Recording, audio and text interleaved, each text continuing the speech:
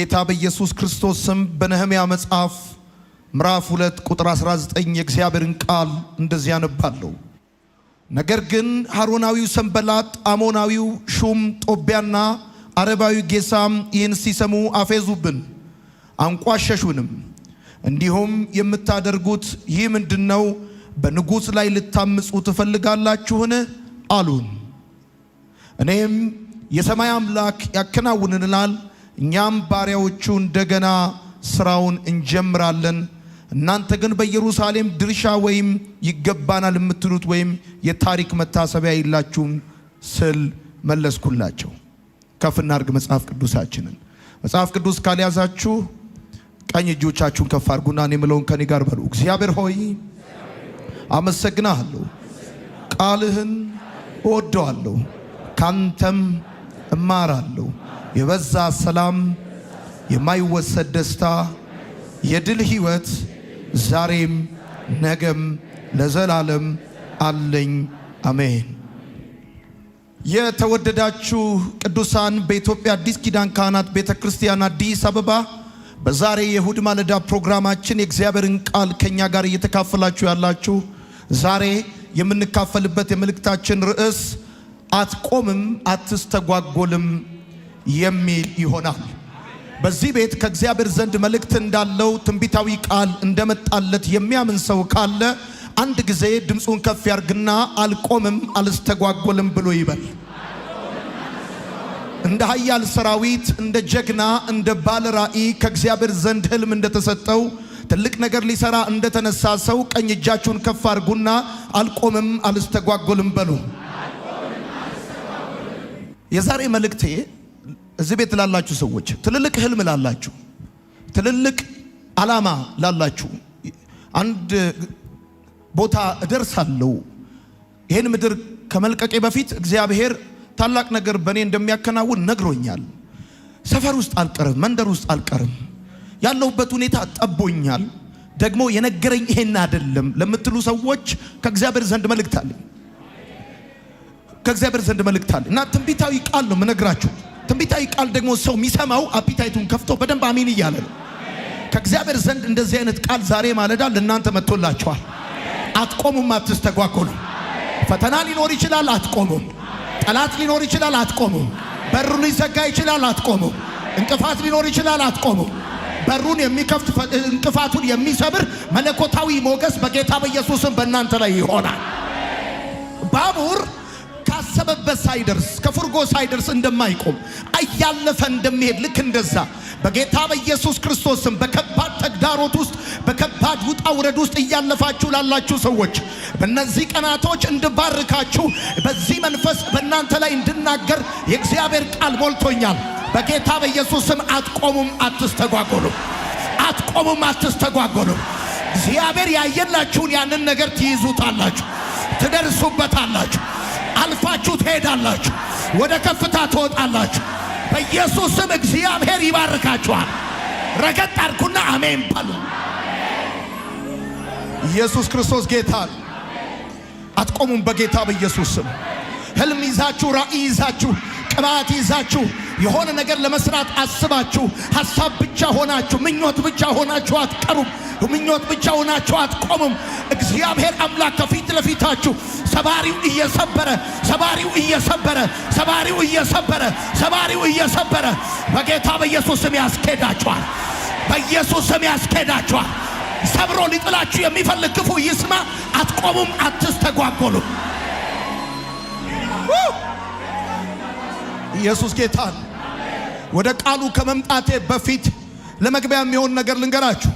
አሁን ያነበብኩላችሁ የነህምያ መጽሐፍ ሁለተኛው ምዕራፍ 19ኛውን ቁጥር ነው።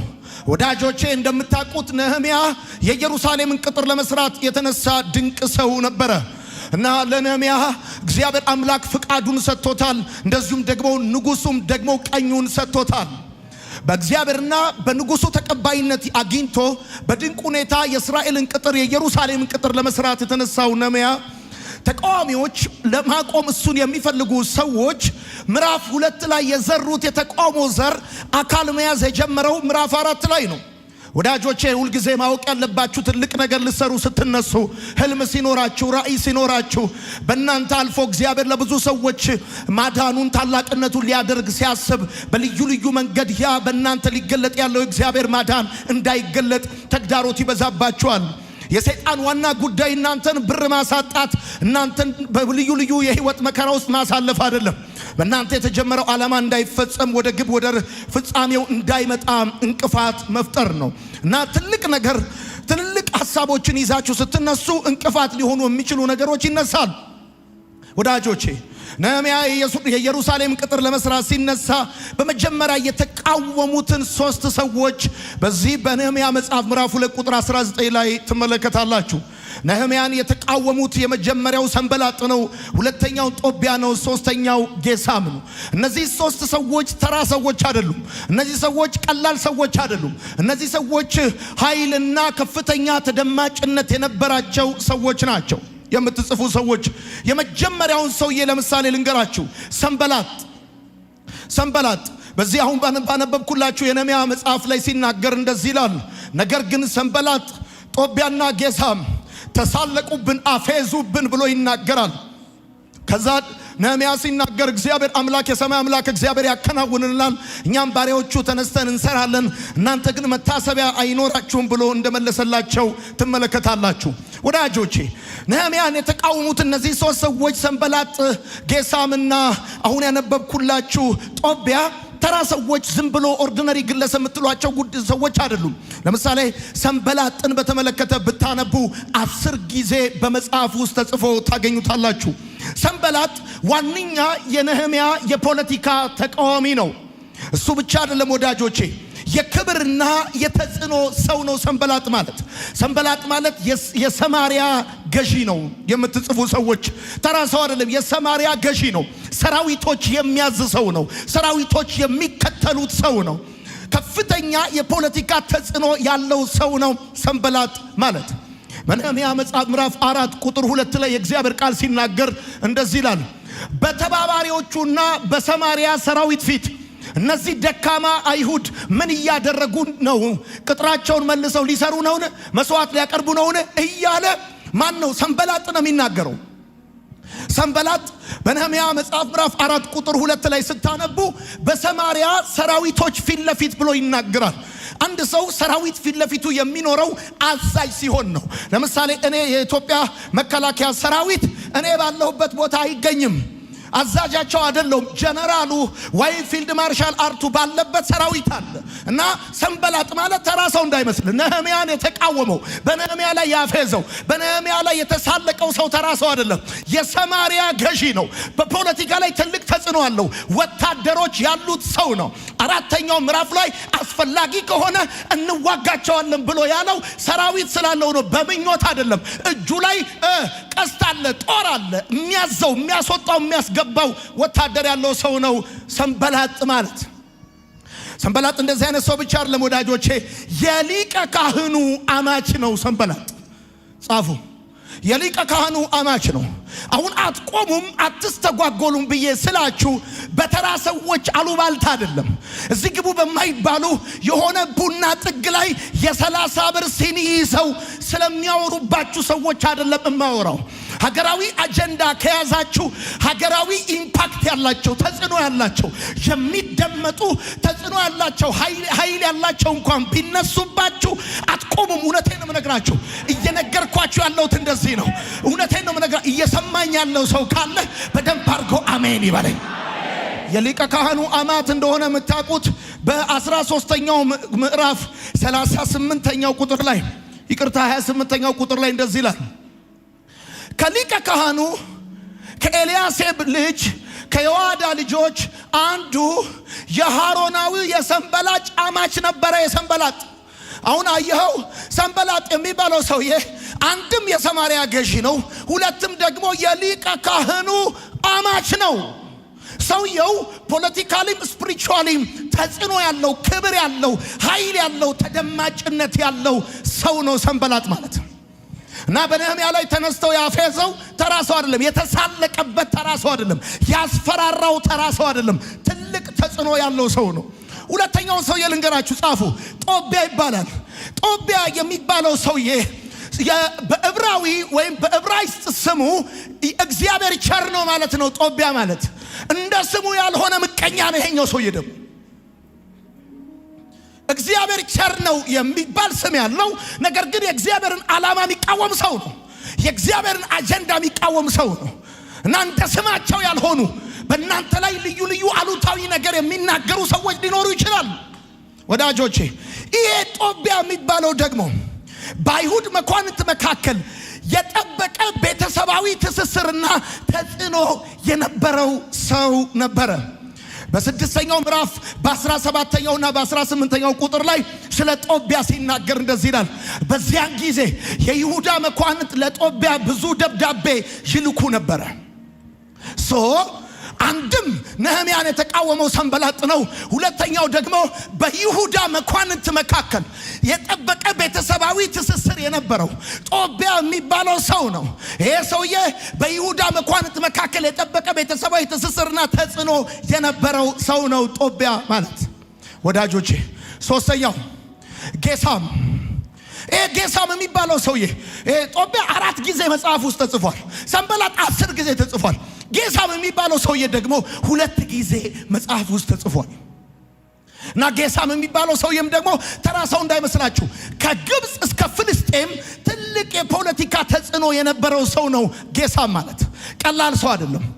እና ነህምያ ቅጥሩን እሰራለሁ ብሎ ሲነሳ በነህምያ ላይ የተሳለቁ በነህምያ ላይ ያፌዙ ሰዎች አንደኛው ሰንበላጥ ነው ሲባል ሰውየው ሰራዊት ያለው የሰማሪያ ገዢ ነው። ሁለተኛው ጦቢያ ነው ሲባል ከይሁዳ መኳንንቶች ጋር የጠበቀ ቤተሰባዊ ትስስር ያለው ነው። ሶስተኛው ከግብፅ እስከ ፍልስጤም ድረስ ትልቅ ፖለቲካዊ ተጽዕኖ የነበረው ሰው ነው። እነዚህ 3 ሰዎች ናቸው ግንባር የገጠሙት። ከፍ አድርጉ እጆቻችሁን። ማንም ስልጣን ያለው፣ ማንም ጉልበት ያለው፣ ማንም ገንዘብ ያለው፣ ማንም ከፍታ ላይ ያለ እናንተን ለማቆም ቢማማል ያስጀመራችሁ የሰማይ ጌታ የምድር ባለቤት አስጥሶ ያስኬዳችኋል። ጩና በደንብ አድርጋችሁ አሜን በሉ። ይሁን ሰማይ ነገር ስለ ማቆም ስናገር እንደዚህ እንድትረዱ ፈልጋለሁ። 400 ኩንታል የተሸከመ ተሳቢ ኤሮትራከር በተራ ታኮ ተይዞ ይቆማል። የአንድ ጊዜ ግን እንደዚህ ይሆናል። ረዳቱ ታኮን ሲያነሳለት መሄድ ይጀምራል። አሁን እዚህ ውስጥ ያላችሁ ትልልቅ አይዲያ ያላችሁ፣ ትልልቅ አቅም ያላችሁ የቆማችሁበት ታኮ በኢየሱስ ስም ይነቀላል። የከለከላችሁ እንዳትሄዱ እንቅፋት የሆነባችሁ ነገር በኢየሱስ ስም ይነሳ። ጩና በጌታ በኢየሱስ ስም ስራችሁን የሚቃወም የሰንበላጥ መንፈስ ይመታ። በኢየሱስ ስም ይመታ። በኢየሱስ ስም ይመታ። በኢየሱስ ስም ይመታ።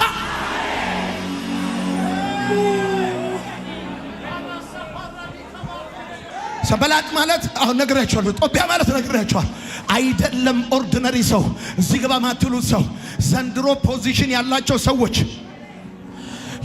የሚሽር ኢየሱስ ጌታ ነው። እስቲ በደንብ አድርጉና አሜን በሉ። ድገሙና አሜን በሉ። ጨምሩና አሜን በሉ። ተባረኩ። ቁጭ በሉ።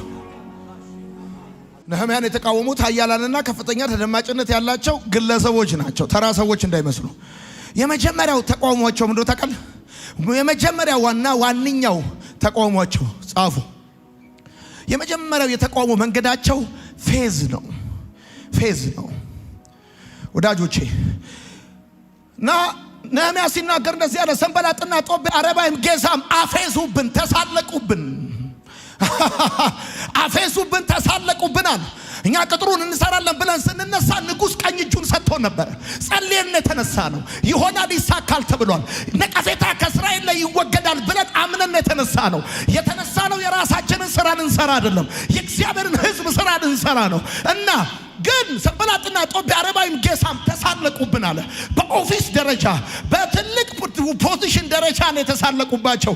እና የመጀመሪያው ፌዝ ነው የከፈቱባቸው ጥቃት። ወዳጆቼ ፌዝ ዋንኛው የጠላቶቻችን ጥቃት እንደሆነ እንድታቁ ፈልጋለሁ። ፌዝ ቀልድ አይደለም፣ አታኪንግ ነው። የሚያፌዝባችሁ ሰው እየቀለደላችሁ ወይም እየቀለደባችሁ ሳይሆን አታክ እያደረጋችሁ ነው። ወዳጆቼ ፌዝ የቃላት ጥይት ነው። ብዙ ሰዎችን ያቆመ የብዙ ሰዎችን ህልም ያስጣለ የቃላት ጥይት ነው። ብዙ ሰዎች በጦርነት ውስጥ መቆም ይችላሉ። ሰዎች ሲያፌዙባቸው ግን ይወድቃሉ። ፌዝ የዲያብሎስ ቋንቋ ነው። የምትጽፉ ሰዎች ፌዝ የዲያብሎስ ቋንቋ ነው። የዲያብሎስ ቋንቋ ነው ፌዝ ማለት። ዋንኛው የጠላቶቻችሁ ጥይት ነው ፌዝ ማለት። ህልማችሁን፣ ራያችሁን፣ ውስጣችሁ ያለውን ፖቴንሻል እንዳታወጡ ዋንኛው ጠላት ወደ እናንተ የሚሰነዝረው ጥቃት ፌዝ ይባላል። ትዝ ካላችሁ ዳዊት ጎልያድን ሊገጥም በመጣ ጊዜ አፌዘበት ይላል። ዳዊት የያዘው ወንጭፍ ነው፣ የያዘው በትር ነው። አፌዘበት ተብሎ ተጽፏል። እሱ ብቻ አይደለም፣ ጌታ ኢየሱስ በመስቀል ላይ በተሰቀለ ጊዜ ወታደሮቹ አፊዘውበት ነበረ። ኤልሳ ዙሪያ ልጆች ተሰብስበው ያፌዙበት ነበረ። እና ህልም ላለው ራእይ ላለው ሰው ፌዝ ቀልድ አይደለም። ይሄ የቃላት ጥይት ነው። የቃላት ጥይት ነው። ጻፉ። የዲያብሎስ ቋንቋ ነው ፌዝ ማለት ወዳጆቼ። ብዙ ሰዎች ነገራቸውን እንዲጥሉና እንዲቆሙ የሚያደርግ ክፉ ነገር ነው ፌዝ ማለት። ኦኬ፣ ሰይጣን ለምንድን ነው አንተን ለማቆም የሚሳለቅብህ ብለህ ከጠየቀኝ እንዲህ ብለህ እንድትፈልጋለሁ። ፌዝ ጠላታችሁ በዋነኛነት አቅማችሁን እንድትጠራጠሩ የሚከፍትባችሁ ጥቃት ነው። አቅማችሁን መስራት ትችላላችሁ፣ ማድረግ ትችላላችሁ። እናንተ ጋር ኤክስትራ ኦርዲነሪ የሆነ አኖይንቲንግ እንዳለ ሰማይም ነግሯቸዋል፣ እናንተም አረጋግጣቸዋል። ነገር ግን ጠላቶቻችሁ ህልማችሁ እንዳይሳካ ያሰባችሁት ነገር አካል እንዳይዝ የሚያፌዝባችሁ የሚሳለቅባችሁ አቅማችሁን እንድትጠራጠሩ፣ ጥሪያችሁን እንድትጠራጠሩ፣ ህልማችሁን እንድትጠራጠሩ እንደዛ ለማድረግ ነው ጥቃት የሚከፍትባችሁ። ከፍ አድርጉ እጆቻችሁን። እየቻላችሁ እንደማትችሉ እያወቃችሁ እንደማታውቁ ተጠርታችሁ እንዳልተጠራችሁ አቅማችሁን እንድትጠራጠሩ በእናንተ ላይ የተከፈተ ጥቃት በጌታ በኢየሱስ ስም ይመታ።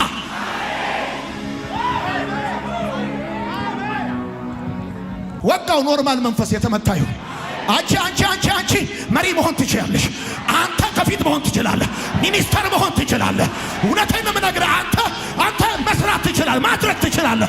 አቅምን እንድትጠራጠር የወጣብህ ቃል በኢየሱስ ስም ይመታ፣ በኢየሱስ ስም ይመታ። መጽሐፍ እንደዚህ አለ እና ነህምያ የተነሱት ለቀልድ አይደለም፣ ለጨዋታ አይደለም። ስማ፣ ስራ ሊሰራ ነው የተነሳው። የጎደለበት ነገር አልነበረም። በንጉስ ፊት ጠጅ አሳላፊ ነበረ። የተነሳው የራሱን ነገር ሊሰራ አይደለም፣ የሀገር ነገር ሊገነባ ነው። የሀገር ነገር ሊገነባ ነው። ስማ፣ ነህምያ ማለት ተራ ሰው አይደለም። ንጉስ ቀኝ እጁን የሰጠው ነው። ነህምያ ማለት ተራ ሰው አይደለም። እግዚአብሔር ጸሎቱን የተቀበለው ነው። ከሰማይ እግዚአብሔር ጸሎቱን ተቀብሎት በተለያየ ቦታ ሹመኛ ሆነው የተቀመጡ አፌዙበት፣ ተሳለቁበት። እንዲጠራጠር ፈልገው ነው። ዛሬ እኔ ያረጋግጥልሃለሁ፣ እግዚአብሔር በአንተ ላይ ፕሮግራም አለው። እግዚአብሔር በአንተ ላይ አጀንዳ አለው። እግዚአብሔር በአንተ ላይ ሐሳብ አለው።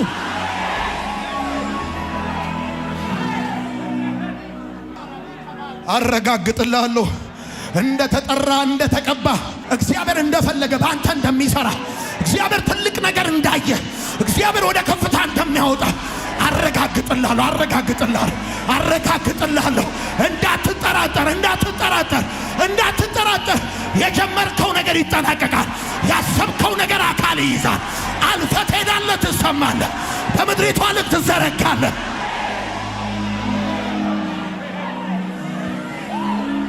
ወጣት ልጆች ያላችሁ፣ ቤተሰብ ያላችሁ ፌስ ታውቃላችሁ። ቡል ማድረግ፣ ማብሸቅ፣ እንድትጠራጠር ማድረግ ገብቷል። ይሄን በትምህርት ቤት አንዳንድ ልጆች ላይ ያፌዛሉ እና ኮንፊደንሳቸው ሉዝ እንዲያደርጉ ነው የሚያደርጓቸው። አካላቸውን እንዲጠሉ ያደርጓቸዋል። ታውቃለህ፣ አንዳንድ ሰው ትምህርት ቤት አይተህ ከሆነ መልካቸው ላይ፣ ቁመታቸው ላይ፣ አፍንጫቸው ላይ፣ ስብዕናቸው ላይ ይቀልዳሉ። የዛን ጊዜ ልጆቹ ኮንፊደንሳቸው ሉዝ ያደርጋሉ። የዛን ጊዜ ከሰው ይገለላሉ። የዛን ጊዜ ወደፊት ለፊት መውጣት ይፈራሉ። ዛሬ እነግርሃለሁ፣ ኮንፊደንስ ሉዝ እንድታረግ የወጣብህ የዲያብሎስ ጥቃት በኢየሱስ ስም ይመታ፣ በኢየሱስ ስም ይመታ።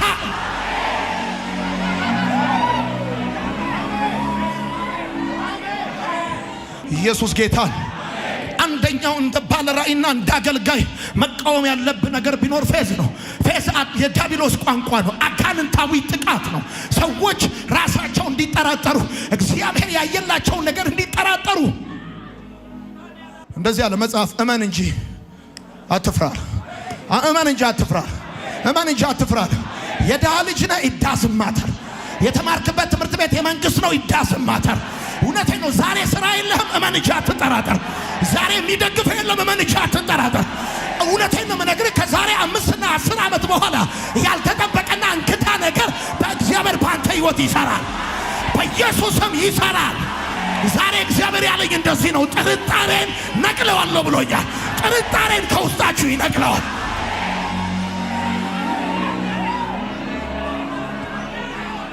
ማን ነው አይሆንም ያላችሁ? ማን ነው አይሳካም ያላችሁ? ማን ነው አትችለውም ያለ? ማን ነው አትደርስበትም ያለ? ማን ነው አትጨብጠውም ያለ? አፌዙብናል። ስማ፣ ፌዝ የቃላት ጥይት ነው። ብዙ ሰዎችን አስጥሏል፣ ገሏል፣ አቁሟል። ብዙ ሰዎች የቆሙት በአካል በሚታይ እንቅፋት እንዳይመስላችሁ ከሰው አንደበት በወጣ የዲያብሎስ ቋንቋ ፌዝ ነው። አልቀረብህም አንተም ብሎ ኪኪኪኪ ብሎ ከንፈሩን አዙሮ አንተም ብሎ ሰባኪ፣ አንተም ብሎ ዘማሪ የተባልክ ሰው፣ አንተም ብሎ አገልጋይ የተባልክ ሰው፣ ዝም ብለህ እየቃዠን የተባልክ ሰው፣ እውነቴን ነው። እንኳን ልትቃዥ ገና ህልማቸውን ትፈታለህ። ህልማቸውን፣ ጥያቄያቸውን ትመልሳለህ። በጌታ በኢየሱስም ትመልሳለህ። የትም አትደርስም የተባልክ ሰው የደረስክበትን ከፍታ ማየት ይሆንላችኋል። በኢየሱስም ይሆንላችኋል። አትልፋ፣ አይሳካም፣ አይከናወንም ያለክ እንድትጠራጠር የነገረ ያ ክፉ በኢየሱስም ይመታል።